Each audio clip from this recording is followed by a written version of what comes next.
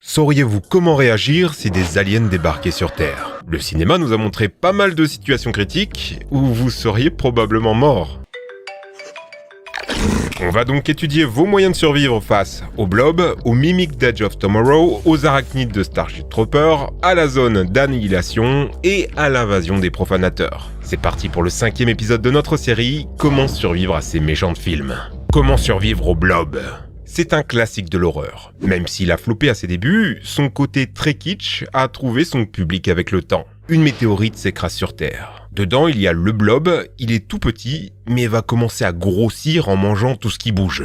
Un sans-abri, des soldats, des étudiants, tout le monde y passe. Dans des situations toujours plus folles. La scène du lavabo, elle est juste culte. Alors comment le battre? Dans le film, la seule solution qu'il trouve, c'est le froid. Ils le découvrent en se réfugiant dans une chambre froide qui semble repousser la créature. Ils vont donc exploser des bonbonnes d'azote liquide pour congeler le blob et le réduire en morceaux. Ils utilisent à peu près la même solution dans toutes les déclinaisons du blob. Parce que oui, il y a eu plusieurs films. C'est pourtant loin d'être une solution parfaite. Un peu de chaleur et il se réactive.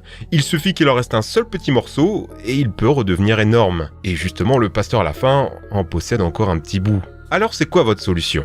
Déjà, n'attendez pas pour agir. S'il est petit, jetez-lui un seau de glaçon avec du sel. Ça permettra d'atteindre des températures glaciales. S'il est plus gros, essayez de l'enfermer dans une salle de congélation. Il y en a dans presque tous les restaurants. La difficulté sera de l'attirer à l'intérieur et de le geler suffisamment rapidement pour qu'il ne se faufile pas à travers les grilles d'aération. L'autre solution, c'est le feu et l'électricité. Certes, dans le film, ça fonctionne pas, mais c'est surtout parce qu'il est déjà énorme. Dans tous les cas, éradiquez bien la moindre poussière du blob. Il ne lui suffit que d'une cellule pour revenir. Comment survivre à Edge of Tomorrow?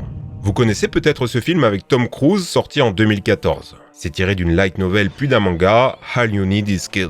La Terre est envahie par les mimiques, des extraterrestres ultra balèzes face auxquels l'humain ne fait juste pas le poids. Ce qui fait leur force par-dessus tout, c'est leur capacité à remonter dans le temps. Quand un mimique alpha, une sorte de chef, meurt au champ de bataille, le cerveau de la colonie, le mimique oméga, remonte le temps. En plus de revenir, les mimiques alpha gardent les souvenirs de ce qui s'est passé. Ça leur permet de réadapter continuellement leur stratégie, ça les rend impossibles à vaincre. Dans le film, les humains ont un coup de chance. William Cage, joué par Tom Cruise, tue un mimique alpha et il est aspergé de son sang. Ça a pour effet de faire croire à l'Oméga que William est un alpha. Donc désormais, quand il meurt, sa journée recommence avec les connaissances de ce qu'il a vécu. Il peut donc se battre avec les mêmes armes que les aliens, en changeant sa stratégie à chaque fois qu'il remonte dans le temps. Ce qui va permettre à l'humanité de trouver le mimique Oméga, le détruire et mettre fin à l'invasion. Malheureusement, si ça vous arrive, espérez pas avoir autant de chance que Tom Cruise.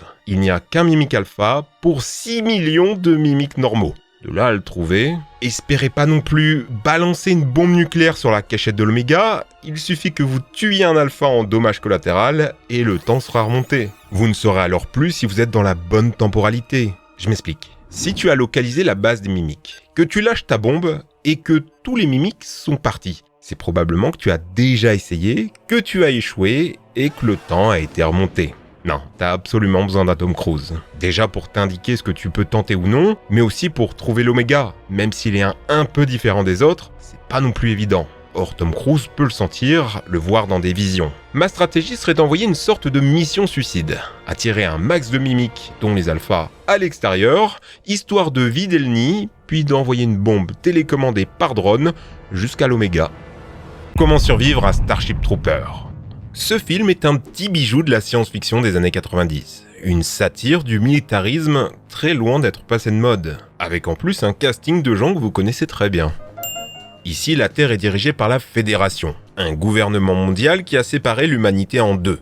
Ceux qui ont fait leur service militaire, les vrais citoyens, et les autres. Si vous voulez voter, faire vos études, pas le choix, vous devez enfiler l'uniforme. Et on se bat contre quoi? Les arachnides. Une espèce alien surévoluée qui tente de conquérir la galaxie et bientôt la Terre. Pour éviter ça, l'humanité part en guerre et c'est une boucherie. 100 000 morts par jour chez les humains. Les arachnides sont en effet des machines de guerre. 3 mètres d'envergure, une carapace résistante à n'importe quel tir, 6 pattes aiguisées comme des épées et des mandibules pouvant briser la roche. Ils peuvent courir, escalader et même creuser dans le sol pour t'attraper par en dessous. Ils n'ont pas vraiment de points faibles, sinon de les mitrailler. Le plus dangereux, c'est leur nombre. Ils peuvent se reproduire entre eux très rapidement et submerger l'adversaire. Là, on parle de l'arachnide de base, car ils ont aussi des espèces spécialisées. Les tankers, d'immenses scarabées à la carapace blindée, crachant un liquide inflammable qui te fait fondre vivant. Les hoppers, qui volent pour te décapiter depuis les airs. Les artilleurs, qui tirent des rayons de plasma dans l'espace. Ou dans le deuxième film, des insectes parasites qui peuvent prendre le contrôle d'humains. Toute cette armée est contrôlée et coordonnée par l'insecte cerveau. Une grosse limace avec des pouvoirs télépathiques. Elle peut t'éclater le cerveau à distance ou l'aspirer à la paille pour récupérer ta mémoire et tes connaissances. Passage bien traumatisant de ma jeunesse. Le fait est que détruire ou capturer le cerveau garantit la totale décoordination des insectes, et donc une victoire plus facile. Attention quand même, il est plus intelligent qu'un humain, et connaît bien notre culture à force de se faire des diabolos aux fraises. Vous tomberez donc sur des pièges, des leurres, et le localiser ne sera vraiment pas facile.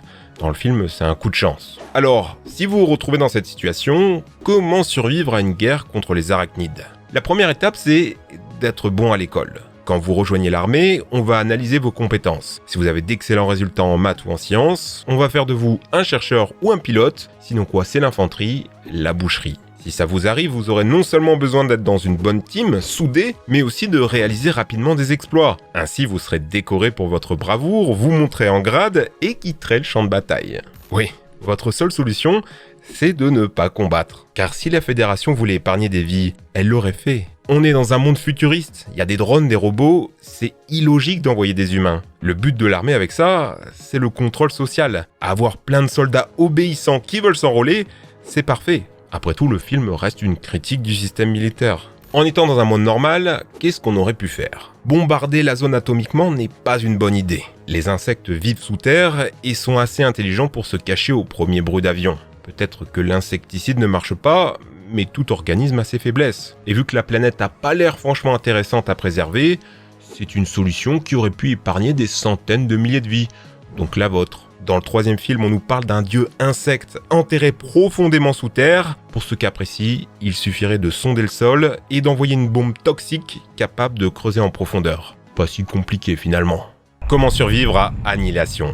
Une météorite s'est écrasée au bord de la mer. Un dôme s'y est formé tout autour et s'étend de jour en jour. La Terre entière sera-t-elle recouverte ? De l'extérieur, le dôme semble distordre la lumière. Impossible de voir ce qui se passe à l'intérieur. Tout ce que vous savez, c'est que les équipes qui y ont été envoyées depuis 3 ans ne sont jamais revenues. Les ondes électromagnétiques y sont bloquées, impossible de communiquer par radio ou téléphone. À l'intérieur, vous perdez votre mémoire à court terme, donc vous oubliez le chemin que vous avez emprunté, les objectifs que vous êtes fixés. Pour ne rien arranger, le temps est dilaté.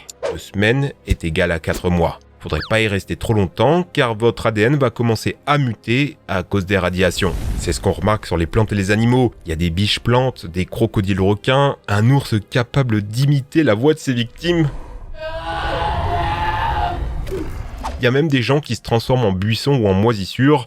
Ça part dans tous les sens. Mais voilà, votre mission c'est d'atteindre le centre, là où se trouve la météorite. Celle-ci semble capable de créer une copie de vous. Au début avec un aspect métallique, mais petit à petit elle prendra votre apparence et votre personnalité. Vous devez absolument l'éliminer. Ça n'a pas l'air très compliqué.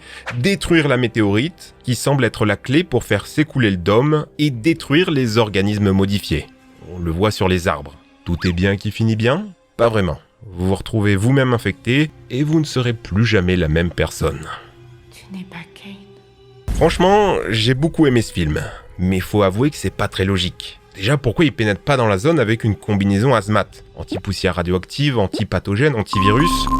Tout ce que vous pouvez trouver dans une zone extraterrestre inconnue. Vous pouvez aussi être attaché à une corde, comme ça, impossible de se perdre. Vu le nombre de militaires qui sont jamais revenus, ça aurait été le minimum. Après, la combinaison hazmat, ça vous protégera pas totalement des radiations. Seuls 40 cm de plomb ou 200 cm de béton le peuvent. Un bon moyen d'y pénétrer serait donc dans un véhicule blindé qui marche à l'essence sans électronique. Encore plus simple, on pourrait déterminer par satellite le centre de la zone et y larguer une bombe, vu que c'est potentiellement là au centre que la météorite se trouve. Après, on n'est pas censé savoir que ça fait s'écrouler le dôme, je comprends que cette solution n'a pas été mise en place. Comment survivre à l'invasion des profanateurs ?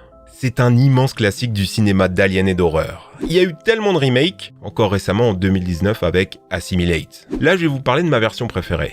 celle de 1978, la plus fidèle au roman original. Des aliens ont dû quitter leur planète d'origine et tentent de conquérir la Terre. Pour ça, ils ont une stratégie particulière, remplacer tous les êtres humains petit à petit. Des aliens proches des plantes envahissent les forêts et jardins, devenant ces étranges fleurs rouges. À la nuit tombée, elles te recouvrent de filaments, puis produisent une copie quasi parfaite de toi, physiquement, mais aussi ta mémoire et tes connaissances. Après quoi, la plante te dissout, ne laissant que la copie. Cette stratégie de conquête existe dans la nature, C'est celle des insectes myrmécomorphes qui imitent les fourmis, les infiltrent et profitent de leurs ressources. Dans le film, tout se joue autour du doute. Qui est une copie ? Il semble qu'elles aient un défaut, les émotions. Elles n'en ont juste pas. Aucune expression faciale. Reste qu'éliminer quelqu'un juste parce qu'il fait la gueule, c'est pas conseillé. Sans compter que personne ne sait qu'une invasion est en cours. Tu es même peut-être le dernier humain, sans le savoir. Tout le monde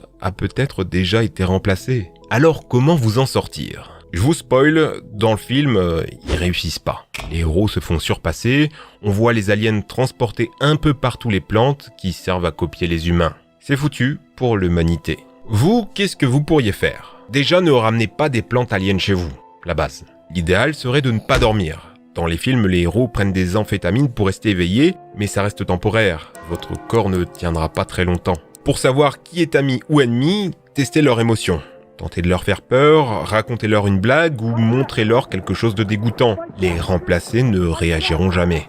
Le plus gros boulot, ça sera de prévenir l'humanité du danger en cours. Peu de chance qu'on vous croie, C'est toute la tragédie du film. Comme dans Don't Look Up, vous passez juste pour un fou. À moins que vous puissiez filmer la création d'un clone. Il y a des caméras maintenant. Maintenant, si jamais vous êtes dépassé par les événements, que le monde sombre dans le chaos, il vous reste encore peut-être une toute petite chance. Attendre. Les aliens ne vivent que 5 ans. Ils n'ont pas l'air de pouvoir se reproduire. Ce qui veut dire qu'ils ont besoin de nouvelles personnes à infecter régulièrement. Si vous restez isolé, vous pouvez repeupler l'humanité. Ça va être un peu long par contre. Parmi ces 5 films, on aurait pu citer les cas d'invasion par vaisseau spatial, comme dans Independence Day, La Guerre des Mondes ou Mars Attack. Dans le premier, il faut s'introduire dans les vaisseaux pour les exploser de l'intérieur. Dans La Guerre des Mondes, il suffit d'attendre, puisque les virus et bactéries s'occupent des aliens sans immunité. Et enfin, dans Mars Attack, il vous suffit de mettre la musique à fond.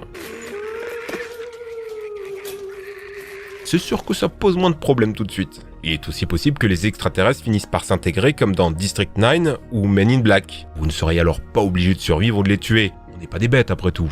En tout cas, j'espère que la vidéo vous a plu. Pensez à vous abonner pour les prochaines vidéos du genre. Et pour toujours plus de contenu, allez les amis, ciao!